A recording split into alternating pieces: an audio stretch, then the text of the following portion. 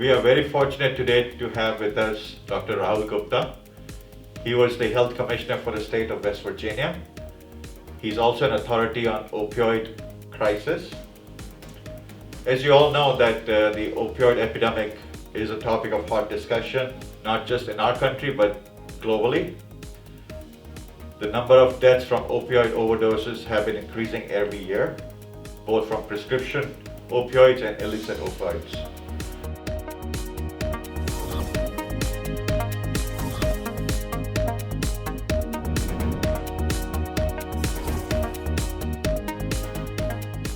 So Dr. Gupta, can you share your thoughts about this crisis, which is such a hot topic that we hear in all the health discussions, newsletters, in medical journals?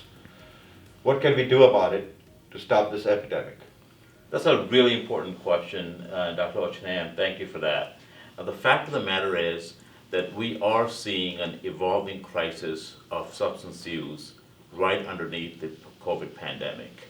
What we're seeing is about 200 or so deaths that are happening a day, and it has worsened since the pandemic has begun. What we're also seeing is an evolution from opioids to other substances, such as stimulants, meaning methamphetamine, cocaine, and especially involving fentanyl, which is a very potent opioid, which is often synthetic, and it's killing our communities across. So we are seeing a terrible crisis that's underneath this pandemic. It's involving communities. It's involving a lot of communities of color. It's happening in working age populations. I couldn't agree with you more, Dr. Gupta. You're right, it's not just an opioid issue, it's multiple substances that are on the rise. Can you tell us more about how we can control this from the policy standpoint? Roshnay, I think one of the first things we have to do is to better begin to understand this evolution of the crisis. And from it comes that we've got to figure out how to address the terrible addiction crisis that we're facing in this country, the mental health and isolation crisis that we're facing in this country. We really have to develop a systems of care approach that actually begins to help individuals in the communities they're in.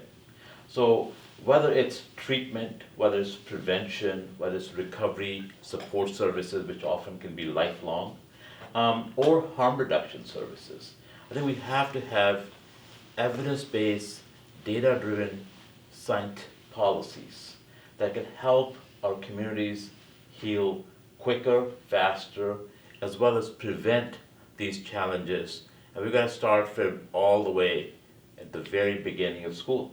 So it's important that we have policies that work, policies that do not villainize people and take this issue as a disease rather than a habit.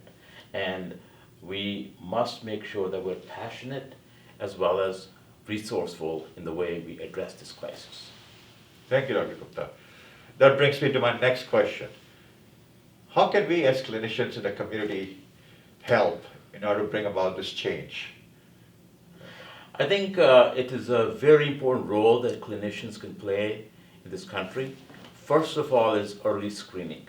We have to look at the issues of addiction and isolation, suicides, as a tip of the iceberg.